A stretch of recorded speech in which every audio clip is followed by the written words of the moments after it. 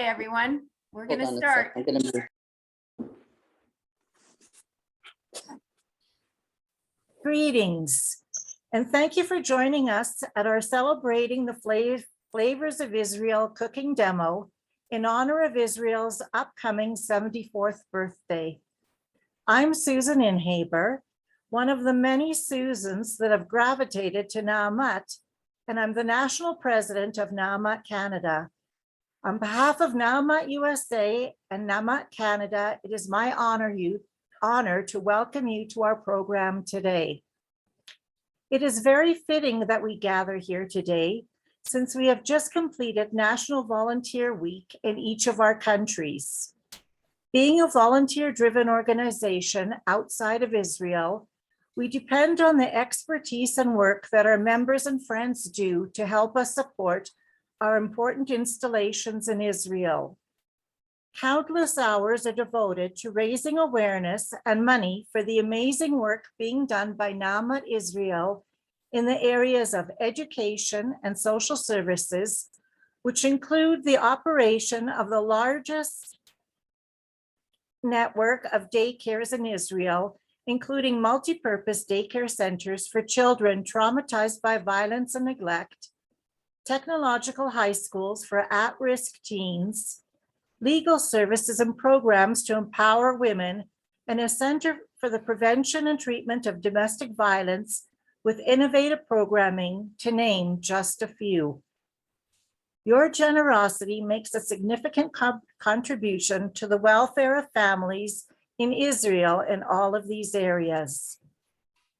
And because it was also Administrative Professionals Day this past Wednesday, now is also a great time to publicly acknowledge all of the critical work being done in Naamat offices in both of our countries, contributing to the success of our mission in Israel. We are fortunate to have these competent and wonderful ladies working for us. Today is also important because it falls between Yom Ha, when we remember the horrors of the Holocaust, and Yom Ha Atzmaut, when we celebrate the establishment of the State of Israel. As times become more turbulent for Jews around the world, we reflect on the importance of Israel's existence and remember those injured and killed in making sure that we always have a homeland and a safe place to be. But today we are here to celebrate Israel's 74th birthday. And I would now like to welcome Shirley Shavit, our liaison and link to Eretz Israel. As the Overseas Director of Naamat, it is Shirley's responsibility to stay connected with the countries under the Naamat International umbrella. Since she has her hands on the pulse of everything that goes on in the various spheres that we service, she has a wealth of knowledge and is always ready to respond to and help the national presidents and the executive vice presidents and CEOs in all of the national offices. Welcome, Shirley. Thank you, Susan. Thank you very much. I should begin? Yeah? Oh, okay. Thank you. First of all, I apologize for connecting, I think, a minute or 2 minutes after you began, because there was some problem with the internet. So I missed the first few sentences. So first of all, thank you so much, Susan. Welcome, everybody. And really, this special occasion, I did hear your last few sentences, which I really want to connect to them. This time in Israel is very meaningful. Every year it's meaningful. And the time, actually, I would say from Pesach until after Yom Ha Atzmaut is, I would say, the most meaningful time in for the Jewish people and in Israel. As we say, from Pesach is to go out from slavery to freedom. And then in order to come to realize the state of Israel, we have Pesach, then we have Holocaust, from Holocaust to revival, Yom Ha, which is always very difficult for all the Jewish people. And it really resembles that we are one people. And from Yom HaShoah, we continue, and in 2 days, there is Yom HaZikaron, the Chalalei Tzahal, Upulot Haiva, which is the Memorial Day for the fallen soldiers in Israel and for the civilians who were killed by terrorist attacks. I don't know if you know the numbers, but we're talking about over 24,000 soldiers and civilians that were killed either in war. Sometimes it could be accidents when you do all kind of exercise in the army, terrorist attacks, over 24,000. It's a very, very difficult day for all of us as we stand still twice in the evening and then in the morning, and you watch television, you listen to the radio, always a special ceremony. For example, where I live in Gan Yavne, there is a special ceremony in all towns, all cities in Israel. I go in the evening, and I know families who their sons, their daughters are fallen soldiers, and just this year, and by the way, just 2 days ago in Ariel, I'm sure you heard the terrorist attack. It's a student in the Ariel University. My son studies in Ariel University, and he knows someone who from his family. So it's like a big family in Israel. I mean, this Yom HaZikaron is very, very difficult. And then the change from Yom HaZikaron to Yom Ha Atzmaut, it's so drastic. But you know, this is the essence of our existence in Israel, because without the Tzahal, without the IDF, without all our efforts, to maintain and to develop our beloved country, we would not have Yom Ha Atzmaut. So I think your initiative right now, Canada and United States, is so great, because you are celebrating now towards Yom Ha Atzmaut, but we always have to remember what we had to go through to get to this moment. I don't want to talk for too long.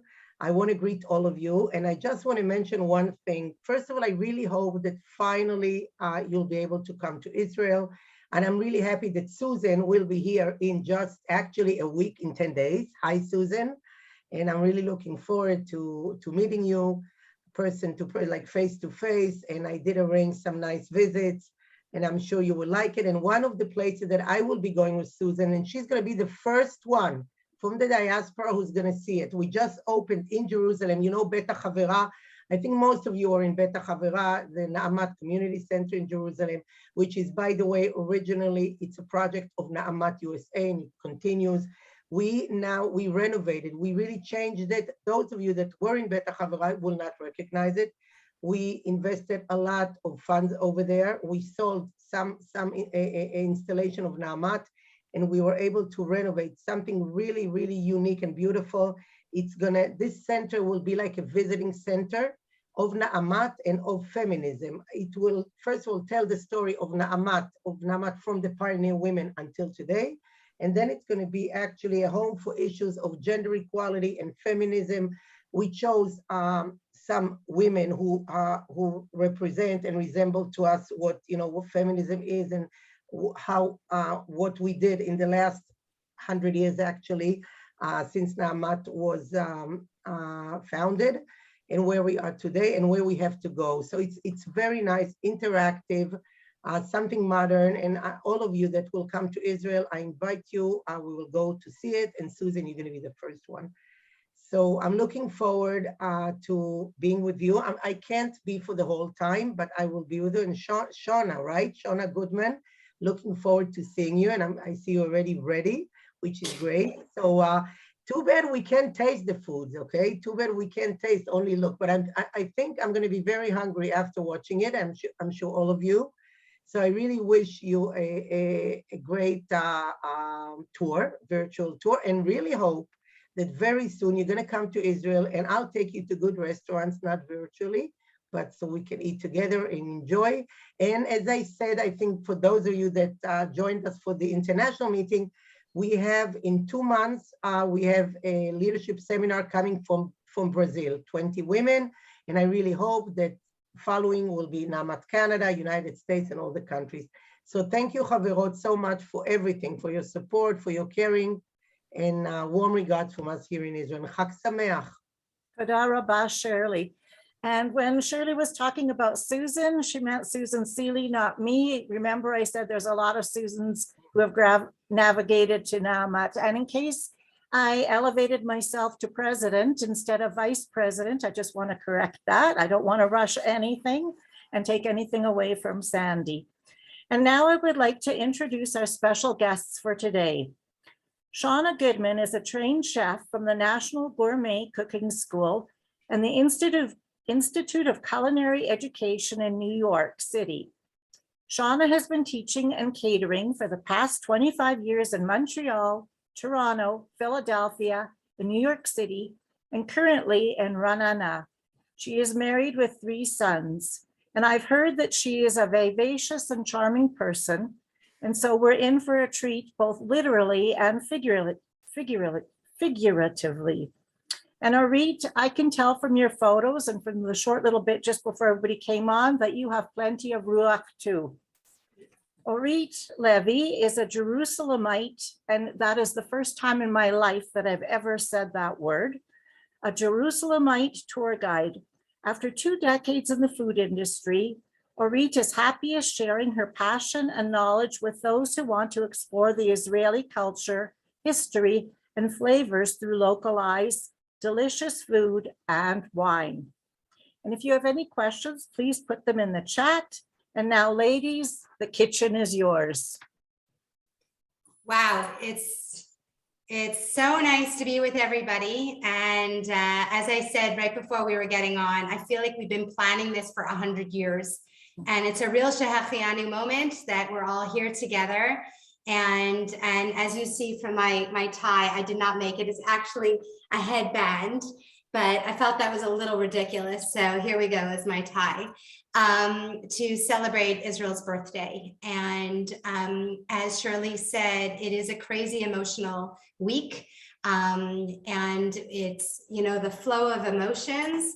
But we hope this hour will bring some joy, some connection, and some festivity to your lives, to your kitchens, to your families, because women are incredible and you guys deliver so much of Israel through just your energy and what you bring into your families. So we hope for the next 45 minutes, Orit and I will transport you in a meaningful, fun, experiential way. And yes, food is part of it, but also using your other senses of traveling through the market with Orit, because Orit and I lead a food tour every year called Shefa, which means abundance in Hebrew.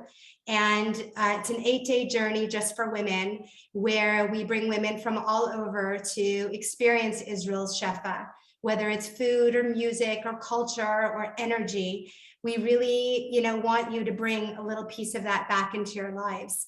So I feel blessed to have this connection with Orit. We're like, you know, we talk about diaspora and Israel and the gibush, and I feel like here we go. Orit, you got to put your arm out. Then we're like a hug. There you go. Like I feel like we are the ultimate, you know, yin and yang of what it means to feel connected to Israel, because it's just about having a friend. And Na'amat women, I mean, I just want to say that I live in Ranana, which is a sleepy suburb of Tel Aviv. I'm about 17 kilometers north of Tel Aviv. And just the other day I was driving around, and all about education, when something comes into your mind, all of a sudden I noticed a Na'amat preschool right around the corner in my own neighborhood. And I have to say, I just lit up because I know Na'amat as a Canadian girl growing up. And when I used to live in Toronto, I used to teach cooking classes. There were a bunch of women's groups there that were very involved with Na'amat women. And so I feel like it's full circle.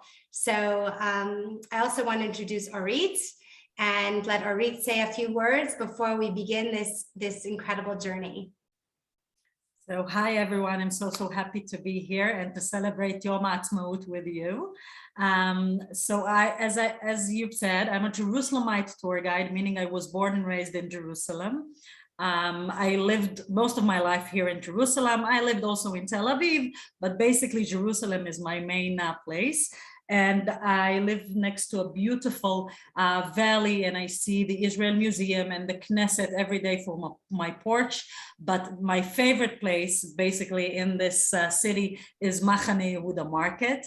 Machane Yehuda Market is absolutely amazing. It's this 120-year-old market that is so dynamic and vibrant, and it's the place where I shop my fruits and vegetables. It's the place where I go to when I want to drink a cup of wine or some coffee. It's really the place to be. For those, I'm sure some of you have been in Jerusalem and have been to Machane Yehuda. If you haven't, that's the time to do it. You have to come and visit.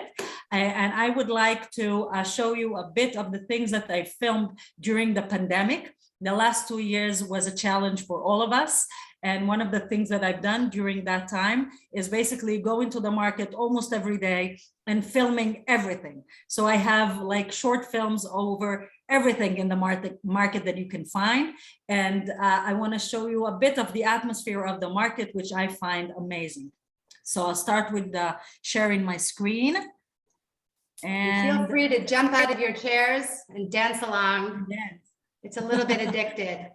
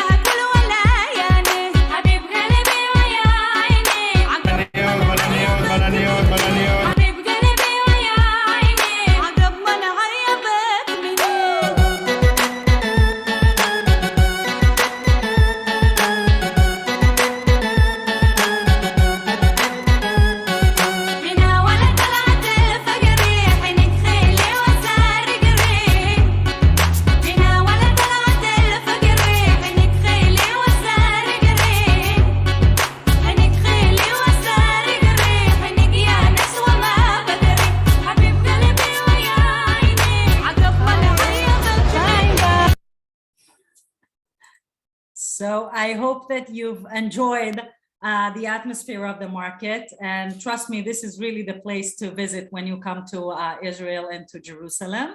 It's the place that I spend most of my time at. But we are talking now about Yom Ha Atzmaut, and I want to ask you, Shawna, what are we going to make? Well, we're going to make a couple of things, and all within what people are eating here today and every day, and stuff that you can easily reproduce in your kitchen, because that's what this is about. This is about bringing Israel into your homes and your kitchen and your lives. So we're going to be working with my favorite ingredient called tahini. And tahini is the ubiquitous ketchup of this country. It's found everywhere. And even like in the gas station, you could buy tahini, and every pantry has it, needs to be well stocked with it. It's not something in the back of the pantry, it's in the forefront, and you can see the size of this bottle. This is the only thing that comes in a large size in this country, because everything else comes in small sizes, but this is like Costco size because tahini is so much a part of our life here. So first, we're going to be making a tahini cookie, a cocoa tahini cookie, because I love chocolate. And then we're going to be showing you how to make it savory when we're going to be making a sabich. So we're going to start with, I don't know if anybody's baking along with me, but the recipes are all available. They're all completed, so you can sit back and relax. They're yours to do afterwards. I promise I haven't left out any ingredients, because that's just plain rude. And so you can just completely just sit back and relax. And everything is live, so what you're seeing is what we're getting. So I'm starting with tahini, and this is tahini, and it's just raw tahini that has been ground up and put into a paste.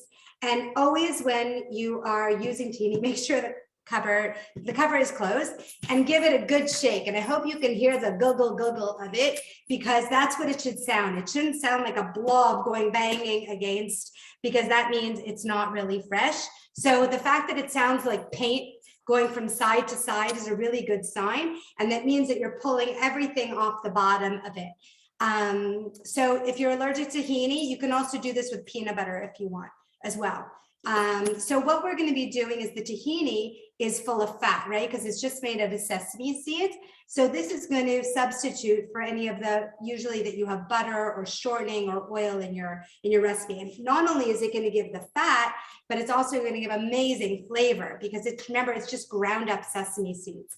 So we're going to start. All you need to do this recipe is a bowl, nothing fancy, nothing with a plug. And we're going to be adding some sugar.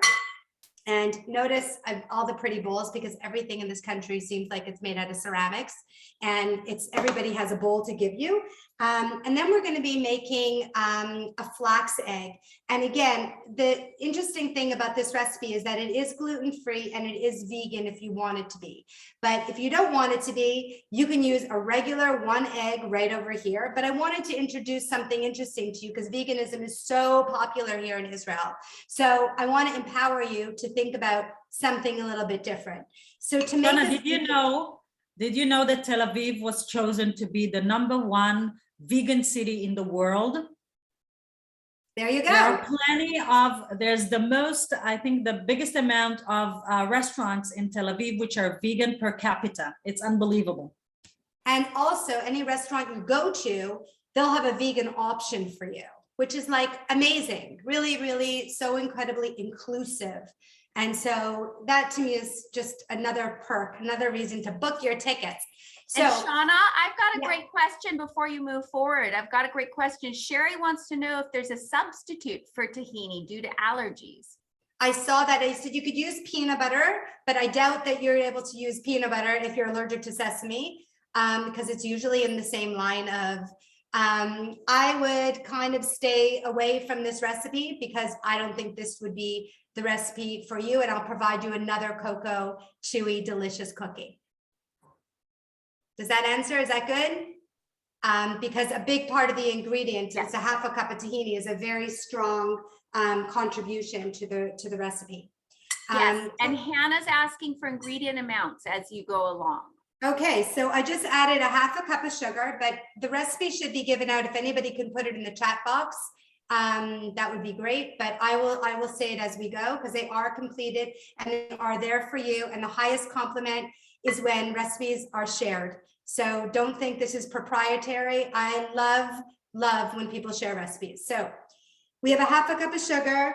To make a flax egg, I have some ground up flaxseed, which I ground up in my coffee maker, and it looks like a flour. It almost feels like brown sugar. And I have a tablespoon of that here. And I'm just going to be adding 2.5 tablespoons of water to it. And it kind of makes like a sludgy. And you just want to let that sit for 15 minutes. And when you let it sit for 15 minutes, you see it's very, it's sticky. It's not watery. Okay. So just so you can see that you can just make this in 15 minutes. There's the recipe. Thank you, Susan, for sharing it. So I'm going to be adding my, as they call it, a flax egg into my sugar.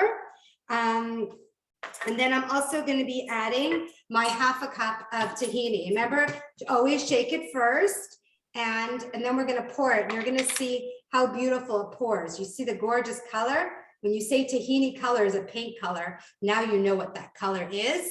I haven't actually heard anybody call. I painted my walls tahini color, but maybe Crayola will pick that one up, you know, you never know.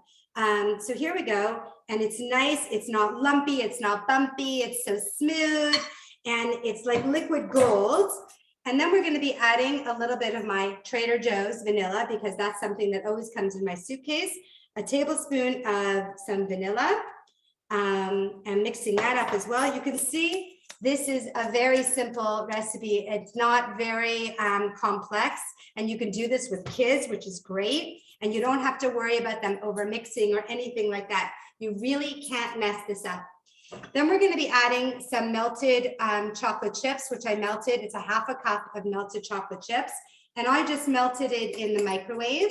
And remember, chocolate does burn in the microwave, so be mindful of that. Don't set it for 3 minutes and run to change your laundry because you will have burnt chocolate. So I'd rather you go by 30 seconds at a time and see how it goes, and just give it a stir because the warm pieces will dissolve the other ones. So we're mixing this together. Here we go. It's looking good. It's looking mushy. It's looking like chocolate pudding. And again, I told you these were cocoa tahini cookies. So we're gonna lay on the chocolate part. So I have some cocoa powder, dark, not quick, just really, really good cocoa powder. But do you see all the lumps in there? You want to get out of the lumps with your whisk, okay? And for those who are not gluten-free, you can just use, that was just for the record, that was 1/4 cup of cocoa. And if you want, you can either use 1/2 cup of almond flour or 1/2 cup of regular flour. Okay, so I'm using almond flour and also have 1/2 teaspoon of baking soda. So we're gonna just mix that up together. And I'm using my whisk. Does anybody know why I'm using my whisk? You can write the answer in the chat box. It is because cocoa tends to be very lumpy. No lumps, yay, Vivian. So if I had a prize, I could throw it right at you. I'd give you an Israeli flag. But exactly that. Cocoa, you always want to sift. And when I mean sift, it just means knock out those lumps because they're going to blend in. When you blend the dry into your wet ingredients, you don't want to overmix things because that's when it creates lots of gluten. So the more you can mix your dry ingredients separately and your wet ingredients separately, the more successful your baking is going to be. That is the tidbit of the day, okay? So I have knocked out the lumps in here. I have my almond flour, I have my cocoa, I have my baking soda, and I'm just going to use 1/2 teaspoon of salt as well because the sweet salt mixture is really amazing because the salt balances out the sweetness. And I'm going to throw that into my bowl. And now we're just going to mix it together, and it's going to be thick. Do not despair. This is very normal. They're all thick ingredients. And if you want to get your hands really dirty, you can go right in and just knead it together for a few minutes, just until it comes together. But you're seeing as I'm talking, it's totally coming. Here we go. And I have nothing mechanical. I just have my arm and my spatula. And I'm using a rubber spatula that's a little bit curved because bowls are round. So I don't understand why anybody would ever make a square spatula. It makes no sense. So you learn to love your tools and you learn to have your favorites. And I highly encourage you to splurge, as they say, a pinuk lefanek, on the little tools that bring spark joy. Because if you are frustrated in the kitchen, I promise you, you're never going to go into the kitchen. So you might as well have a fun toy with you and especially pick pretty colors that spark joy. So what we're going to be doing, you saw how easy that was. I have a baking tray with some parchment paper. Parchment's my best friend because you don't need to grease it and you can reuse it over and over again. And I'm taking the dough. Look how easy. It's like not sticking with me. It's not fighting with me. And I love that. You're just going to roll it into balls. And it's going to make, I think, 12 or 14 balls, depending on the size that you pick. I don't care what size you pick, as long as they're consistent. Anybody know why it's important? You can write it in the chat box. Orit knows. Why is it important that they're all the same size? For baking time. Exactly, for baking time. So don't get lazy. And nobody's pulling out a measuring. Yes, Sandra, it's exactly so they bake evenly. No one's pulling out a ruler, but as they say, be'erech, like approximately, you want them to be around the same size because you don't want to be waiting on a big mama because you got lazy and the other ones are burning. Okay, so just keep that in mind. Consistency is important. And I love mini cookies. So like, I think people, feel more ready to pop one in their mouth than looking at a big cookie. Or if you live with my husband who just keeps breaking the cookie and he doesn't commit to the full cookie, but then by the end, the end of the 15 minutes, he's eaten the whole cookie. So it really depends on your personality type, I guess. You see a lot of personality on the size that you roll your cookies at, perhaps. Okay, so as we've been talking, I managed to roll them all out. You see how simple this was. And again, the secret is make sure you have the ingredients in the house. It always helps. You always have nice neighbors, and now we could actually visit our neighbors, which is really nice. And make sure that you socially distance your cookies because they do spread a little bit. They do have baking soda in them. So here we go. And if you want, you can sprinkle them with a little fleur de sel, which is, to give if you want more of the sweet salty, or you can even put a piece of chocolate right on top and to even pump it up a notch if you want. So these are going to be going into a preheated oven of, it's 180 in Israel, so that's 350 in Canada and the US, and 375 actually. And they're going to go in for between 9 and 12 minutes. Again, ladies, I don't know what size you made your balls, so always start on the small, the less amount and check it. And they're going to spread, which is great. Pull them out sooner and always take them and put them on a cooling rack, because when they're on a cooling rack, they won't sweat underneath and they'll allow the air to, so they'll be chewy crispy and chewy on the outside and really yummy and chewy in the inside. And So- Shawna, Hannah asks about using a small ice cream scoop for consistency. Absolutely. If you're I'm not, by the time I find it, then, it's faster with my hands, but I love ice cream scoops. So go for it if that's what your comfort zone is. But you saw how easy, or a melon baller is a great idea. Those are really small though. You saw it's a very, very easy, it doesn't even leave anything on my hands. It's a very lovely dough, I have to say, because I have many doughs that I don't like and I would never share them with you. So when you got a good one, you share it. So my oven is preheated. It's going to go in and we'll see these in 9 minutes, but I'm passing it back to Orit to move on to our next thing in the shuk. So you've said a lot of things about tahini, and tahini is really one of my favorite ingredients. And I think that really everyone in Israel eats tahini with everything. But I want to show you a bit of what I filmed in a place in Machane Yehuda, in the market, that actually makes the tahini from 1947. It's unbelievable. So I'm going to show you in a minute. If you're Israeli, you have to love tahini. We eat it with everything. It's like the Israeli ketchup in a way. We eat it just like that. We make a dip out of it. We put it on baba ganoush, on salads. Tahini is one of my favorite things. And we are at a place that is called Mamlechet HaChalva, the Chalva Kingdom. So what's the connection between Chalva and tahini? We'll see it in a minute. Welcome to the King Tahini. I have the best sesame of the world. Come taste.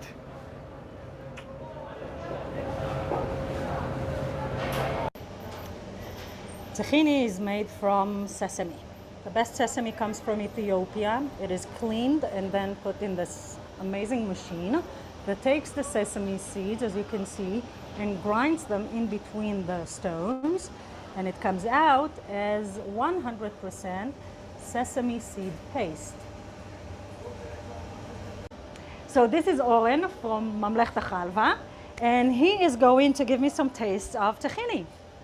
This is the best of tahini. So the first one is the basic one, right? It's the classic. And this is 100% sesame seed paste, the classic one, which I love. And I put on everything. How many flavors do you have? I have 25 different flavors. 25 different flavors of tahini. Yeah. That's amazing. What, like what, for example? Like sweet, salty, spicy. I would try You the wanna spicy. try? Yeah, the spicy. one? Yeah.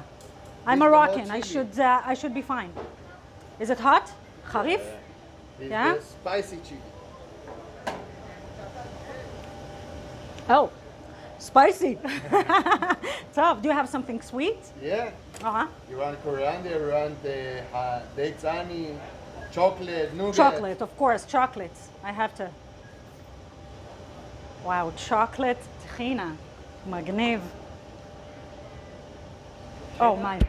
This is like a dessert. It's amazing. So they have 25 different tahini flavors, and you also have chalva, right? Yeah. So can we go and taste some chalva? Why not? So chalva is made from sesame, sugar, and flavors. They have 101 different kinds of flavors of chalva.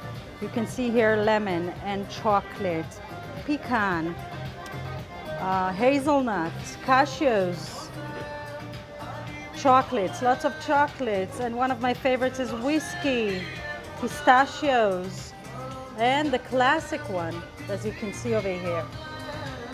I have this the special one. You have a whiskey one. Whiskey, yes. Yeah. This is the whiskey one. Okay. Oh, wow. Very Amazing. special. Thank you. איזה טעים זה. Okay, what else do you have? And I have pistachio. This is the best seller. Wow. Let's look at that.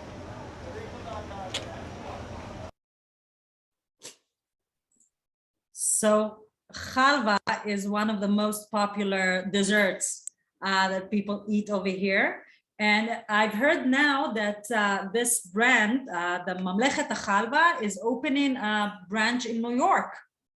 This is what I've heard. So I believe it. Yep, me too.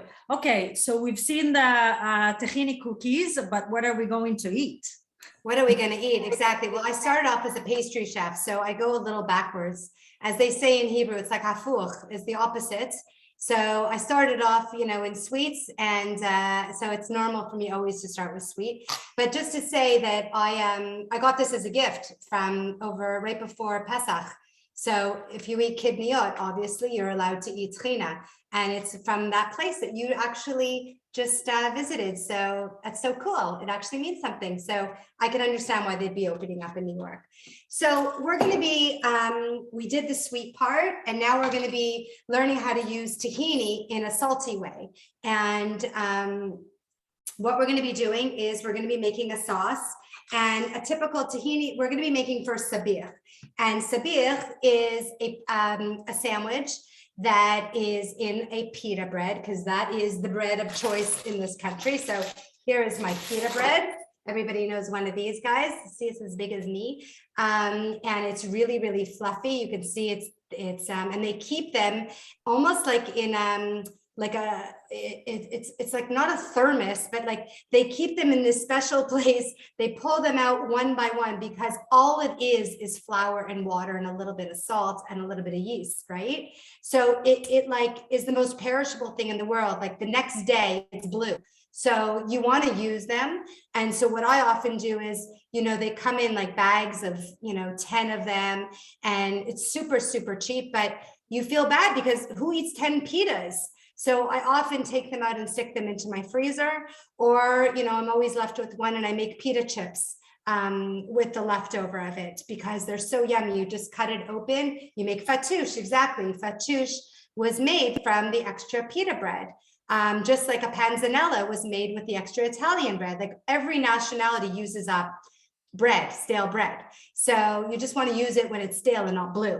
So here's the pita bread, and the pita is going to usually here they use an X-Acto knife to open it up. And I just use these amazing scissors. I love these scissors. And you just want to cut off the top, and often they deep fry these and they give you these as a snack while you're waiting, which is like scrumptious. And then so it forms a natural pocket. Okay, so this pita bread, you can fill it with anything you want, and you see it's pretty sturdy. It doesn't have holes in it. Everything is better deep fried, yes, but we're going to be trying to watch the waistline acharei Pesach as we all swelled. So I'm going to show a little bit of a lighter version of making sabich. And to do that, their ingredients are, we're going to be adding some Israeli salad, which I cut up beforehand. And Israeli salad is just, as you can see, it's made up of Israeli cucumbers, really small ones. You can see how small they are. And they're made, I put pepper in it as well, because peppers are like Israelis, Israel's like, they're everywhere, and they're so gorgeous, and they grow in the Arava, and they're fantastic, and they're juicy. And also we can't forget our cherry tomato, because this is the land of the cherry tomatoes. And they're like, I keep them in my windowsill right over there, and always keep your tomatoes out, A, because they're going to ripen, but B, they taste so much better at room temperature than they do in the fridge. So I just keep them in a bowl like that, and they're right on the vines, as you can see, and they're beautiful, and it's like candy. And this is the big mama, and these are the small ones. So whatever you want to do, you can cut up. So I cut up some Israeli salad. I also have some hard-boiled eggs that everybody knows how to hard boil an egg, but if you don't, you just put the egg cold into water and let it boil. And you know when it's ready, when you spin it and it doesn't go woo, it spins. It actually spins like a dreidel. I happen to love this thing, and don't buy a cheap one, because I did make the mistake of buying a cheap one and it was a disaster. So I happen to love this brand OXO. I don't make any money from this, girls, like nothing, but I want to share a great thing. This thing is amazing. And what you do is you just stick your egg right in here and ta-da, it's fabulous. And it's neat and it's easy. So often what they do is they break up the egg inside the pita and try to make it a little bit easier. They also put sometimes some mashed potato inside, but the real kicker is that they put eggplant, fried eggplant in it. And theirs is like sopping in oil. And I just saw more minutes on the Peloton or the Stairmaster. So I was like, I'm not doing that. So what I did was I just sliced the eggplant thinly and I brushed it with a little bit of oil and I put it under the broiler. And so I have beautiful, yummy, tasty eggplant that are not dripping in oil. Okay, but you can fry them if you want to. I won't judge. But I just felt like it was a little over the top for Yom Rishon on a Sunday, which is the first day of the week where we all start with great ambitions. So here we go. I baked the eggplant. And so just to show how you make a tahini sauce and how super easy it is. Again, I'm going to shake my tahini, put it into my bowl. And the next thing I'm going to do is I love lemons. And this is like the last lemon from my tree. You always want to take the lemon and roll it on the counter to literally get the juices rolling. Cut it in half and give it a smell because, wow, it's amazing. And just take your fork like this and juice your lemon. You see how much juice just came out of this lemon. It's pretty incredible. And you would never. That's the best trick ever. The trick with the fork. It's unbelievable how simple it is. That's the best trick that I've learned from you. I've learned a lot. This one is unbelievable. It's amazing. So we're going to put some salt and mix it up. And don't be afraid that it's going to start to get super thick. You would think that you're adding a liquid to something, it's going to get more loose. It actually does the opposite. It takes it all in and it gets thick, but don't panic because it will thin out again when we add some cold water. But you also notice that it also lightens up in color as well. So I'm just going to take a little bit of some cold water. And Shawna, does the fork trick keep the seeds out as well? I actually took a peek. There was no seeds in it, so no, it doesn't. So you may want to do it in another bowl beforehand. But that's why I took a peek into my lemon. This like basically has like one seed and it's over here. So it was a good one. Sometimes they're more seedy than others. And so I'm just mixing this up until it gets to the consistency that I want. And here in Israel, at the falafel stands, they have them like in ketchup bottles, squeeze bottles. So you want it to be a loose sauce. I'm not looking for a dip, I'm looking for a sauce. So you see, I'm just doing this with a little baby spoon, nothing fancy, nothing. And you see how amazing that is. So you always want to be buying the sesame from its raw form and you make the sauce. Don't buy prepared sauces because they're full of additives, they're full of junk, and you control the flavor, and especially if you're watching your salt, that you control that as well. So we're going to build our sandwich. So we have our beautiful tahini sauce. And then the magic of a sabich, and Orit will tell you more of the history of where a sabich comes from, is this special sauce called amba.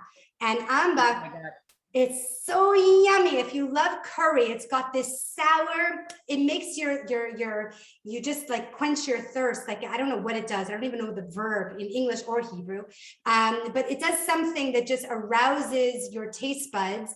And it's made with curry and mango. And Orit will tell you, more of the history of it. But this is the magic of a sabich. So, I mean, some people don't like it.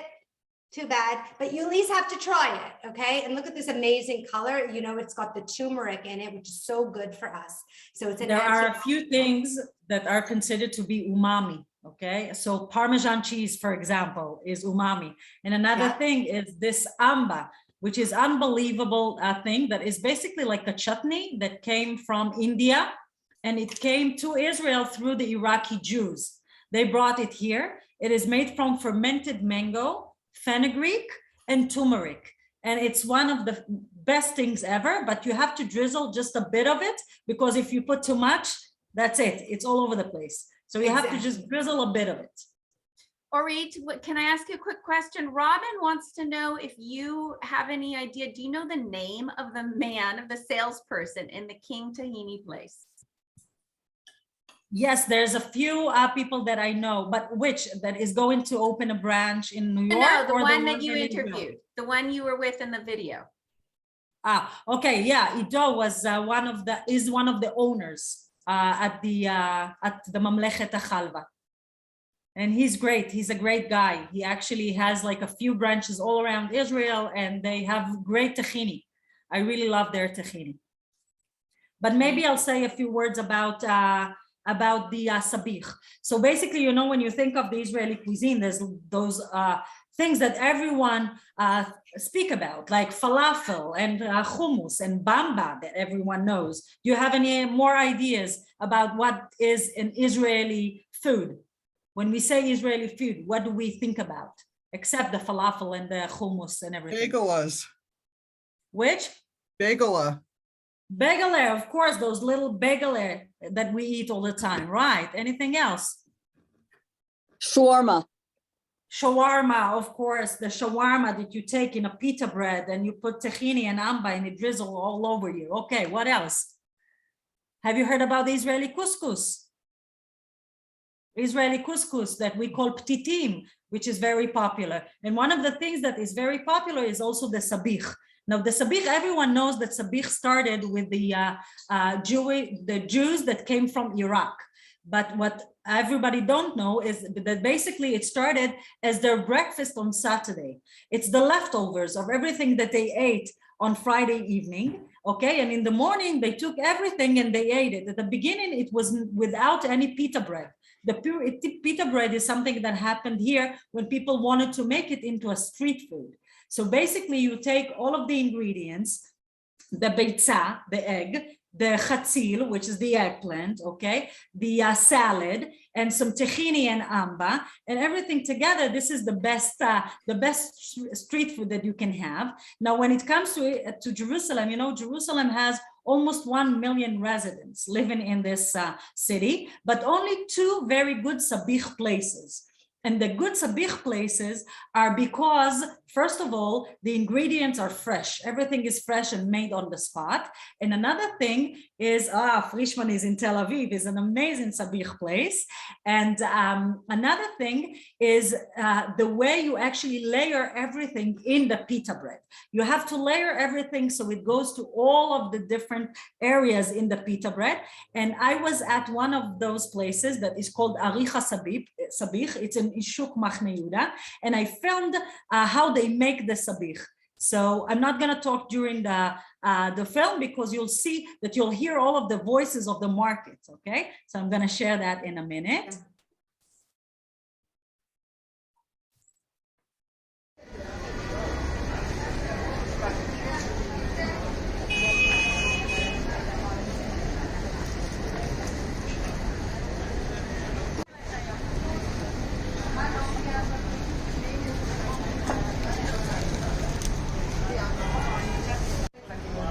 רבעון אחד על הכי גבוה. זה היצחק דבר.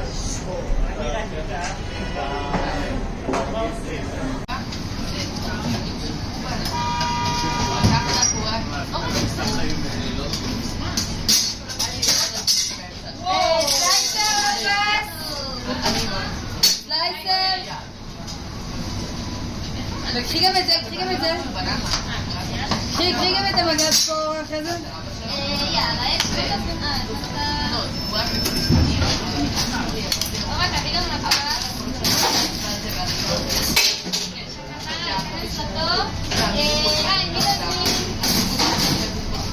פידו את הפס. קל מלאים סלט, הכל. לא כזה, לא כזה.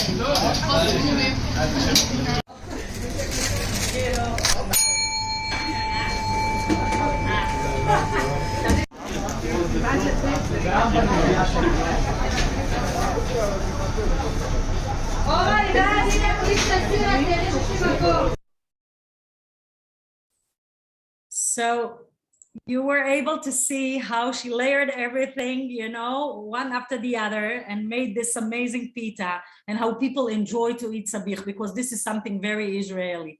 So for me, it's one of my favorite dishes, and I try to avoid bread, but once in a while, we just have to, right? It's all for Shawna, the it looks sake- amazing. So these are your best friend. I noticed they have these tongs and a little small one. And they just, it's like an extension of their hand, okay? So if you want to like master where it all goes, this is your best friend. I did my rendition of it, and you know, again, there's no judgment. You do the best you can, but it's certainly, the smell is like, wow, that amba is something else.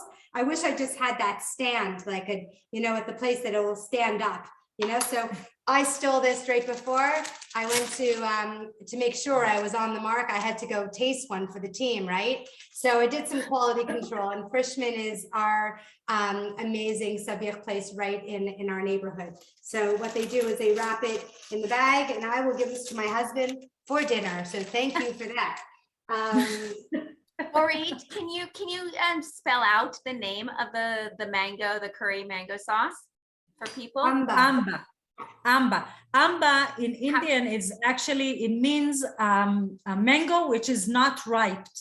And when the mango is not ripe, you take it and then you ferment it with fenugreek and with turmeric.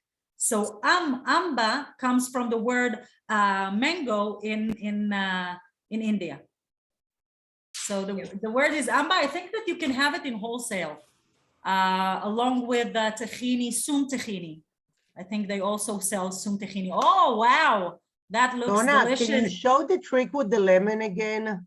Sure. Can you show the trick with the lemon? I sure can. One sec. The trick with the lemon, the beauty of a lemon is you have two sides of it. So here we go. Always have a bowl. Just a regular fork. Inside, don't go all the way through, and just turn the lemon around the fork. And you're gonna get simple. Yeah, so Wow. simple. You don't need, just make sure you don't go all the way in, okay? So Thank just be you. mindful of that, and it has tons of juice in Thank here. you very much. And always smell the lemon, because wow, it's just, I think it changes your energy. So back to the cookies. I'm a big sucker for a good flag, and these are the cookies, and they're chocolate. You see how they spread, and I just want to show how amazing they are. They're chewy. Can everybody see? Chewy, chewy. And they smell like deep, deep chocolate. And I promise you, they're not too sweet. And they freeze beautifully. And especially if you have someone who's coming to your house who's gluten-free or vegan, they are so appreciative because they feel spoiled. It's not something that anybody is compromising on. And you could absolutely make them yourself. You saw how easy it was. So, you know, please, please try it. And the recipes are only as good as their users, girls. So try to use them this week, because if you don't, they don't go into your circulation. So just challenge yourself, do something, connect to Israel. If you can't come, keep joining us, keep joining amazing organizations like Naamat that are doing incredible, incredible work here. As I said, I have it in my local community, a beautiful preschool. It makes a huge difference. And I say, as a Canadian living in Israel, nothing makes me prouder than seeing connections from where I come from here in Israel. And this country is plagued with donors from all over the world. And it's the most incredible gesture of support, of love, of peoplehood, and continue to do the amazing work that you're doing, because I promise you it's making a difference on this part. And I'm feeling it in my own community. So I thank you, girls, for And now that the coming sky together are as open, Canada. Shawna, And the USA. sky are open, come visit Israel. It's not the same without you guys. We've got Shawna, one before we question leave- from somebody who asked for favorite brands of tahina and amba. This is definitely my favorite brand of trina. What about In you? Israel or in the States? In Israel. This is the only one in Israel that I know. No, the question was Right. for, Oh. Probably either in the There's States a or great, Canada. there's a great brand that's called Soom, S-O-O-M, I think, that is a fantastic tahini. I think you can buy it online on Amazon as well. It's really good quality. You want to buy it from a place that you know has a lot of movement. You don't want to buy it in a place that's not selling a lot of it. So maybe a Middle Eastern store that is using, and just make sure you shake it and it sounds like paint. If it's globby and separated, you don't want it. What about Amba? Does anybody know a brand of Amba? I think don't in know a Indian brand. stores, you can find Amba. In all of the Indian stores, if you have nearby, so you can find Amba because they also have it. But I don't know about the specific brand.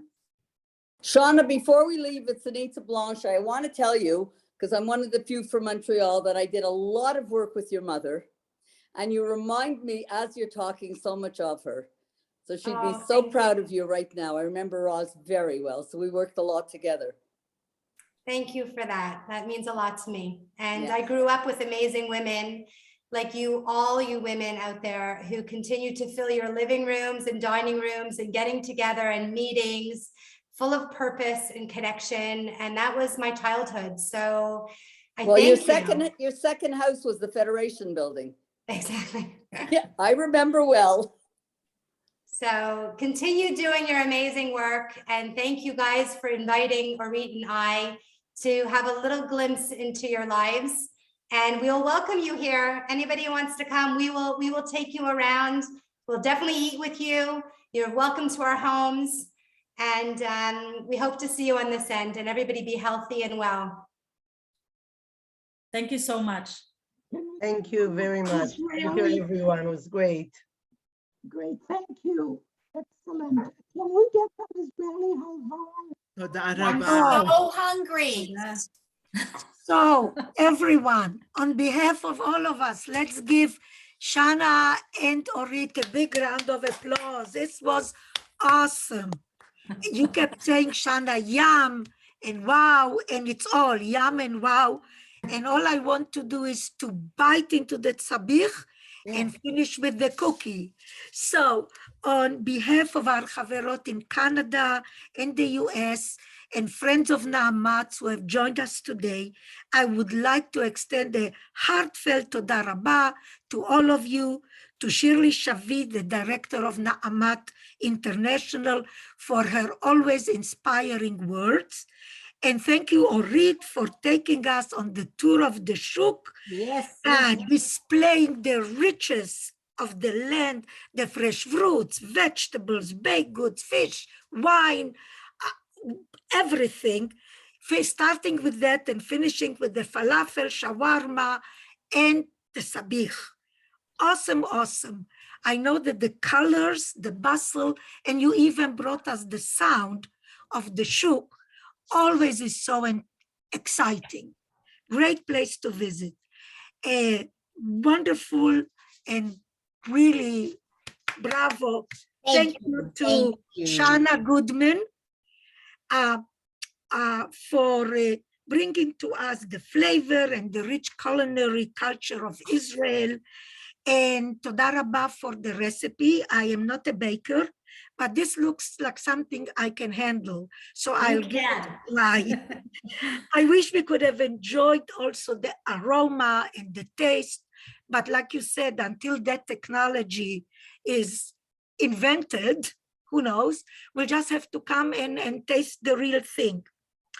At this momentous occasion, where we are moving into Yom HaZikaron with its memories of all those who have fallen, and so that we can have and celebrate the state of Israel, going on to celebrating Israel's 74th birthday, let us celebrate the achievements of our past and present and reaffirm our commitment to the Zionist ideal. Let's join Jews worldwide who will be next week wishing our beloved state of Israel a very, very happy Independence Day. L'chaim. Thank you everyone for joining us. Please check out Na'amat's website for more programs to come. Chag Sameach, everyone. Sameach. תודה רבה. Beautiful. תודה רבה.